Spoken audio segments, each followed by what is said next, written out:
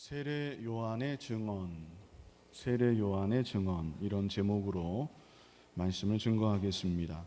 세례 요한은 예수님의 공생애의 사역이 시작되기 전에 예수님을 미리 증거하고 사람들이 예수님을 잘 맞이할 수 있도록 예수님의 길을 예비했던 선지자입니다. 그런데 오늘 본문을 보면 세례 요한이 자신이 누구인지 자신에 대해 명확하게 고백하고 증언하는 것을 볼 수가 있습니다. 그래서 세례 요한은 어떤 사람인가?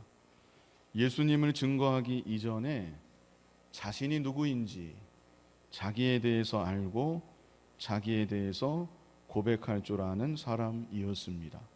그랬기에 그가 예수님에 대해서 바르게 증거하고 예수님을 잘 나타낼 수가 있었던 것입니다. 오늘날 이 시대 저와 여러분이 세례 요한과 같이 예수 그리스도를 증거하는 증인으로 이 땅을 살아가야 합니다. 예수님의 증인으로 사는 것, 이것이야말로 우리 모든 성도의 가장 중요한 살아가는 이유인 것이고 삶의 중요한 사명인 것입니다. 그러므로 이 시간 세례 요한이 자신에 대해서 어떻게 증언했는가, 이 증언을 통해 우리 각자가 하나님 앞에서 우리 자신을 돌아보고 예수 그리스도의 참된 증인으로 온전히 세워질 수 있어야 되겠습니다. 먼저 본문 19절을 우리 같이 한번 읽어보겠습니다. 유대인들이 예루살렘에서 제사장들과 레위인들을 요한에게 보내어 네가 누구냐 물을 때에 요한의 증언이 이러하니라. 자, 여기서 유대인들은 유대 사회의 지도자들, 특별히 산헤드린 공회를 가리키는 것입니다. 그래서 산헤드린 공회가 예루살렘에서부터 제사장들과 레위인들을 세례 요한에게로 보내었다는 것입니다. 이 당시 세례 요한의 말씀 선포와 사역들은 많은 군중들의 이목을 집중시키고 적지 않은 파장을 일으키고 있었습니다. 그래서 산헤드린 공회가 이게 무슨 일인가 해서 조사단을 조직한 것이지요. 세례 요한에 대해서 그가 도대체 누구인지 좀 더 알아보라고 사람들을 파견했던 것입니다. 그리고 그들이 마침내 세례 요한에게 이르러 세례 요한을 조사하는 겁니다. 세례 요한에게 묻습니다. 네가 누구냐? 너 정체가 도대체 무엇이냐? 이때 세례 요한의 답변이 20절에 있습니다. 20절 같이 한번 읽어보겠습니다. 요한이 드러내어 말하고 숨기지 아니하니 드러내어 하는 말이 나는 그리스도가 아니라 한데. 먼저 우리가 볼 수 있는 것은 세례 요한이 숨기지 않았다는 것입니다. 한치의 가감 없이 조금의 꾸밈도 없이 자신에 대해서 있는 그대로를 말했다는 것, 이것이 중요합니다. 보통 사람들은 자신을 포장합니다. 또 기회가 있으면 자기를 좀 과장해서 좀 더 그럴듯하게 보이려고 하는 것이 사람입니다. 그런데 지금 세례 요한의 경우 예루살렘에서부터 막강한 실력자들이 자기에게 찾아왔습니다. 그렇다면 이들 앞에서 거짓말까지는 아니라도 좀 그럴듯하게 자기를 포장하고 기회는 이때다 하면서 자기를 은근히 이번 기회에 드러낼 수도 있습니다. 그러나 세례 요한은 조금도 그렇게 하지 않았다는 것입니다. 자신의 모습을 있는 그대로 한치의 가감 없이 솔직하고 진실하게 보여주었던 것입니다. 오늘날 하나님의 자녀된 우리들에게도 이런 솔직한 모습이, 진실한 모습이 반드시 있어야 합니다. 특별히 우리는 간증 집회를 거의 안 하는데 그 이유 중 하나가 바로 여기에 있습니다. 아무래도 많은 대중들 앞에 서서 얘기하다 보면 어느 부분에서든지 이야기를 각색할 수가 있습니다.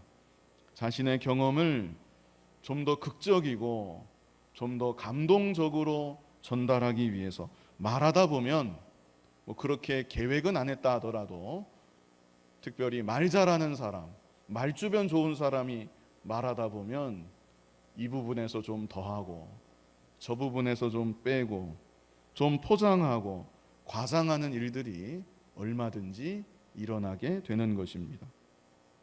그리고 그렇게 되면 그 간증이 사람들 듣기에는 아무리 감동적인 그런 시간이었다 할지라도 그것은 결국 거짓말을 한 것이고 하나님 앞에서 굳이 범하지 않았어도 되었을 또 다른 죄를 범하는 일이 되는 것입니다. 하나님의 말씀이 선포되어야 할 거룩한 자리에서 성도들을 속인 것이고 자기 스스로도 속이는 그런 우를 범하게 되는 것이고 그런 일이 행여라도 조금이라도 있어서는 안 되겠기에 우리는 간증 집회를 최대한 삼가는 것입니다. 사실 정말 성숙한 믿음이 아니면 오랜 세월 다듬어지고 끊임없이 자신을 채찍질하며 돌아볼 줄 아는 경건한 믿음이 아니면 자기 말을 하는 가운데 오로지 진실만을 온전히 전달하기는 결코 쉽지가 않은 일입니다. 그런데 세례 요한은 많은 사람들 앞에서 자신에 대해 솔직하고 진실하게 말했던 것입니다. 특별히 세례 요한이 중요하게 강조한 것이 20절 끝에 있습니다. 20절 끝에 뭐라고 합니까? 나는 그리스도가 아니라. 자, 이것이 무엇을 말해줍니까? 그 당시 많은 사람들이 세례 요한을 보면서 저 사람이 그리스도일지도 모른다, 이런 생각을 가지고 이런 말을 실제로 했었던 것입니다. 이에 세례 요한은 나는 그리스도가 아니다, 이렇게 분명하게 말했습니다. 사실 세례 요한은 내가 그리스도이다 이런 말을 한 번도 한 일이 없습니다. 그럼에도 많은 사람들이 세례 요한의 모습을 보고 그의 능력 있는 사역을 볼 때에 저분이 혹시 우리가 기다리는 그리스도가 아니실까, 이런 오해를 하였던 것이죠. 그렇다면 세례 요한이 오해한 것은 저들의 문제이다, 나는 오해하라고 시킨 적이 없다, 저들이 오해한 것이다, 이렇게 생각하고 오해하든지 말든지 바쁜 세상 그냥 넘어갈 수도 있습니다. 그러나 세례 요한은 나는 그리스도가 아니다, 분명하게 선을 긋고 고백을 하였던 것입니다. 이것은 세례 요한이 그리스도의 영광을 조금도 도둑질하지 않는 것입니다. 나는 행여라도, 나는 지극히 적은 부분이라도 그리스도께 돌아갈 영광을 내가 취하는 일이 없어야 되겠다. 이것이 바로 세례 요한의 바른 중심이었던 것입니다. 그랬더니 이들이 또 세례 요한에게 묻습니다. 뭐라고 묻습니까? 본문 21절 같이 한번 읽어보겠습니다. 또 묻되 그러면 누구냐? 네가 엘리야냐? 거기까지입니다. 엘리야는 구약을 대표하는 선지자였습니다. 특별히 구약의 마지막 성경 말라기 4장 5절을 보면, 우리 말라기 4장 5절을 같이 한번 읽어보겠습니다. 보라, 여호와의 크고 두려운 날이 이르기 전에 내가 선지자 엘리야를 너희에게 보내리니. 자, 유대인들은 이 성경 구절을 기억했습니다. 그래서 장차 그리스도가 오시기 전에 엘리야 선지자가 다시 나타날 것이다, 이렇게 믿었던 것입니다. 그래서 세례 요한에게 묻기를 당신이 그리스도가 아니라면, 그렇다면 당신이 엘리야 선지자가 아닙니까? 그랬더니 세례 요한이 또다시 뭐라고 답변합니까? 나는 아니라. 이번에도 역시 나는 아니라고 분명하게 말했습니다. 사실 말라기 4장 5절의 이 예언은 구약의 엘리야 선지자를 다시 보내준다는 예언은 아니었습니다.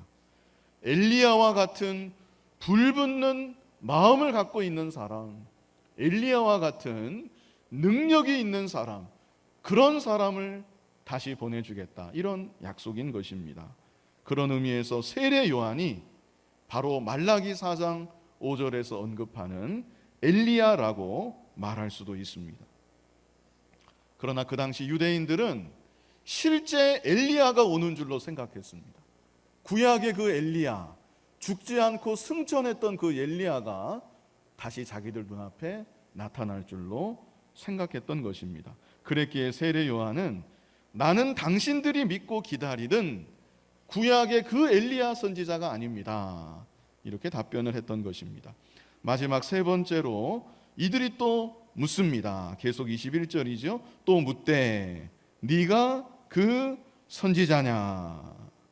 여기서 그 선지자는 신명기 18장 15절에 예언된 선지자를 말합니다.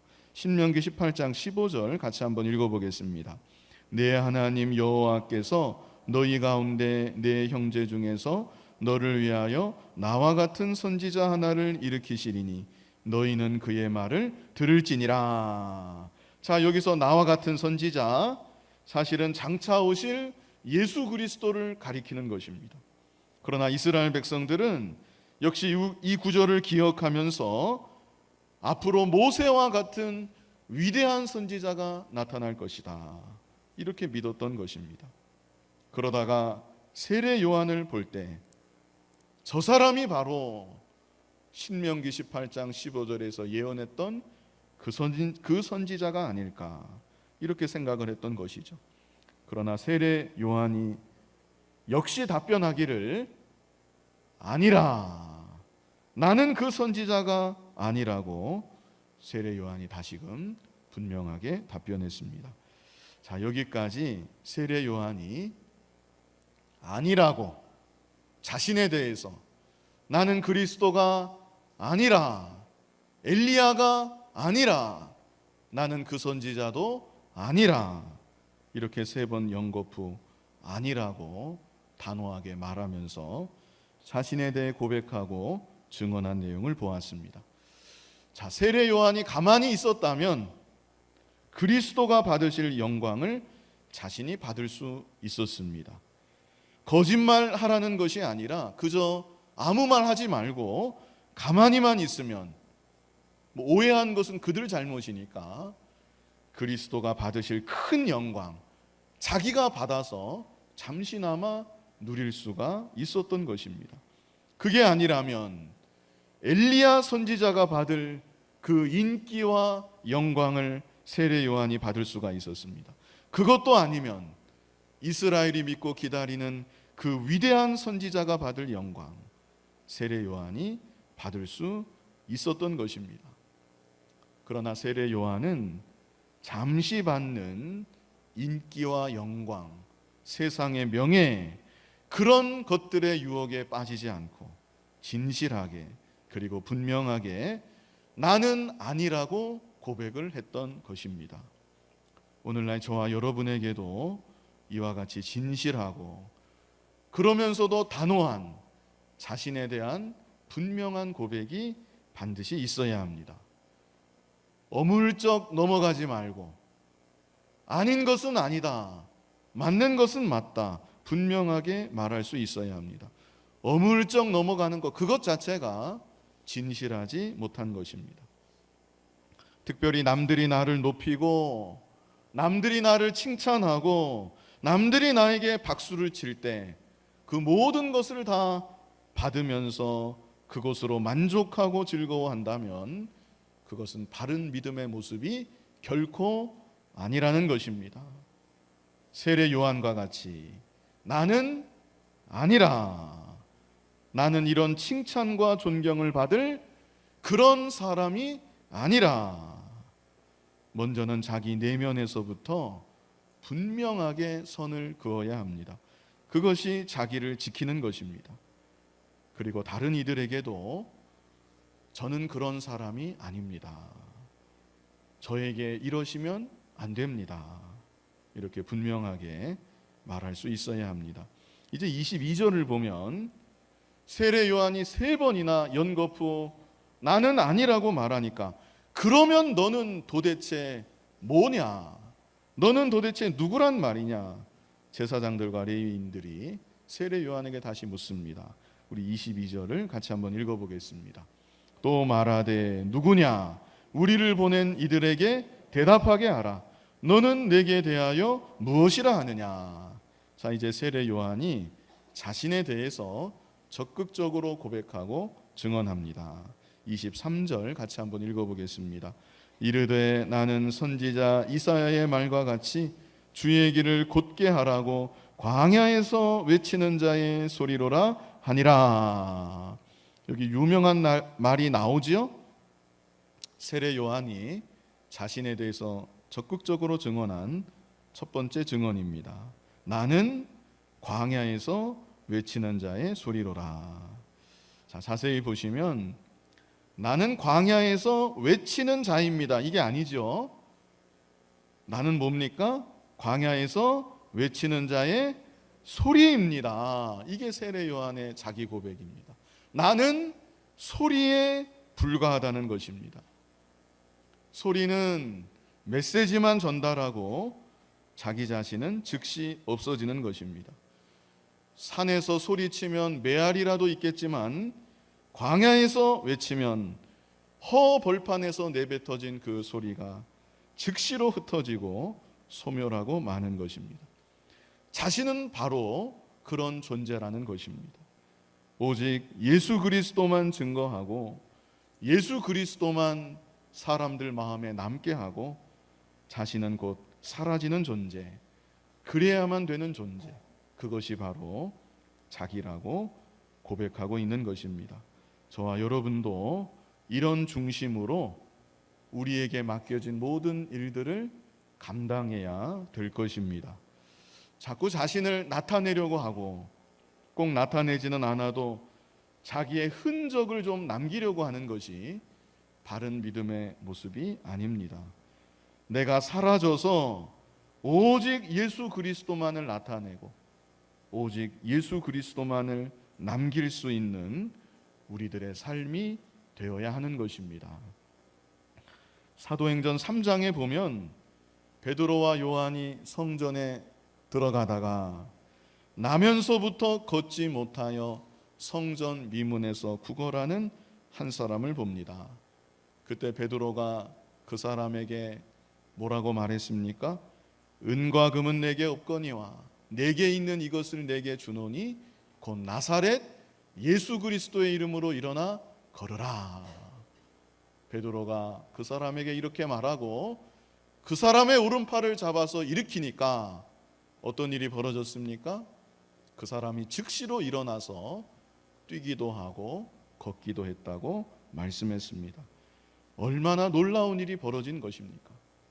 그래서 그때 성전을 찾던 많은 무리가 그 광경을 보고 베드로와 요한을 금세 둘러쌌습니다. 그리고 베드로와 요한을 붙잡았습니다. 그때 베드로가 했던 말이 있는데요. 사도행전 3장 12절 이 말씀을 베드로가 바로 그 상황에서 했습니다. 우리 같이 한번 읽어보겠습니다. 베드로가 이것을 보고 백성에게 말하되 이스라엘 사람들아 이 일을 왜 놀랍게 여기느냐?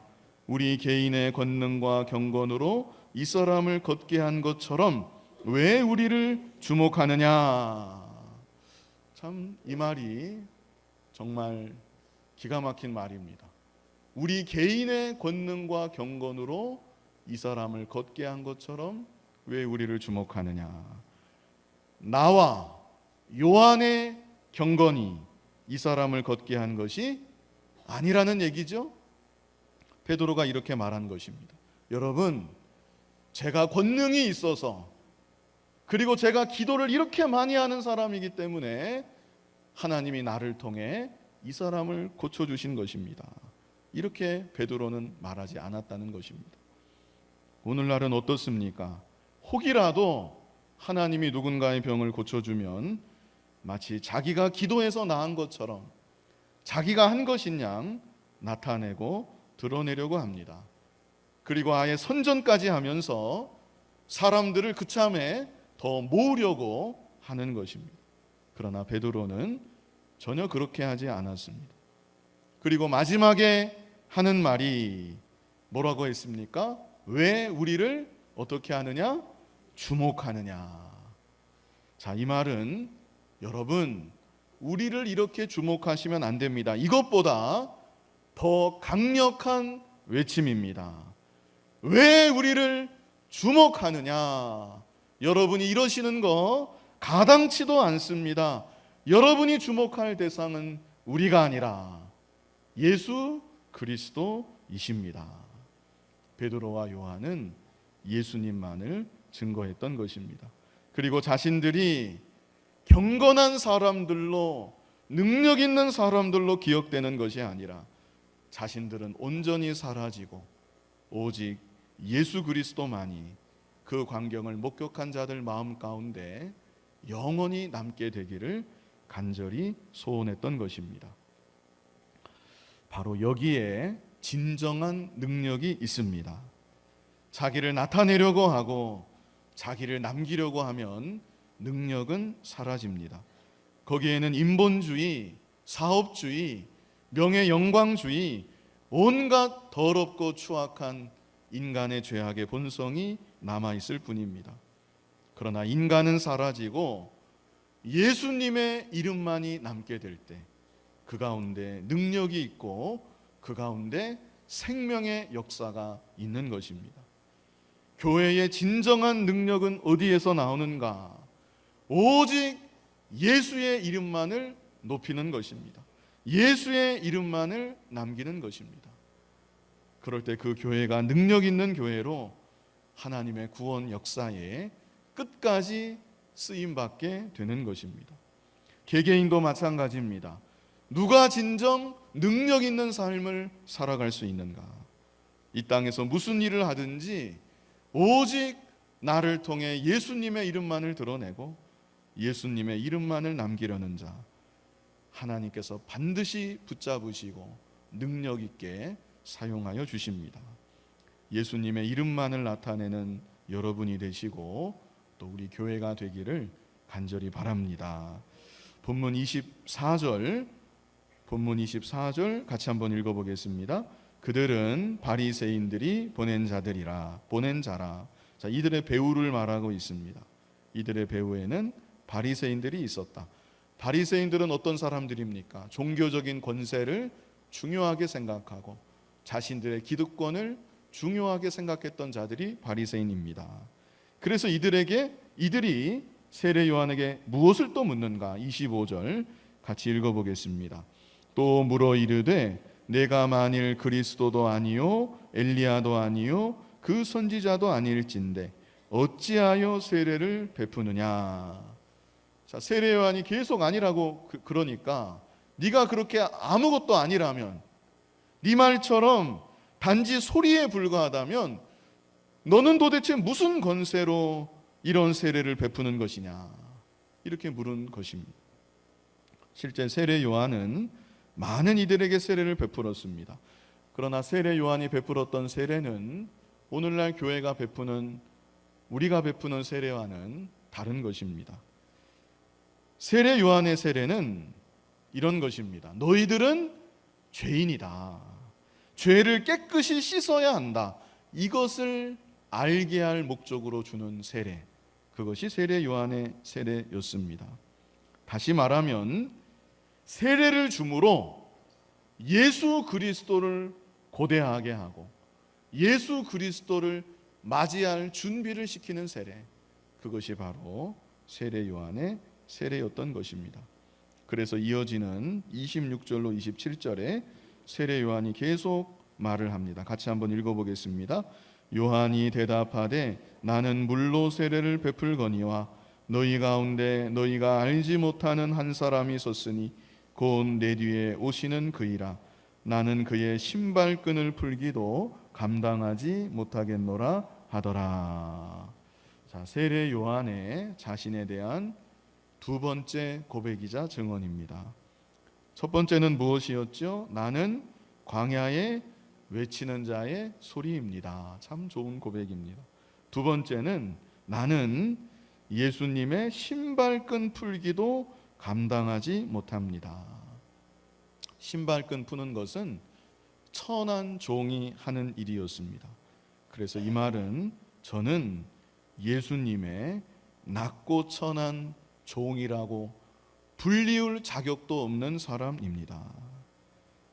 종이라고 말하면 어감이 그런대로 괜찮지요. 정확하게 표현하면 노예라는 말입니다. 노예.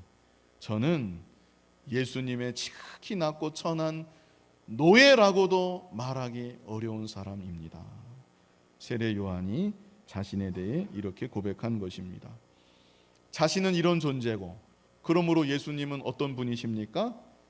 저 같은 자하고는 도저히 비교조차 할 수 없는 지극히 존귀하시고 지극히 거룩하신 분이 예수님이십니다.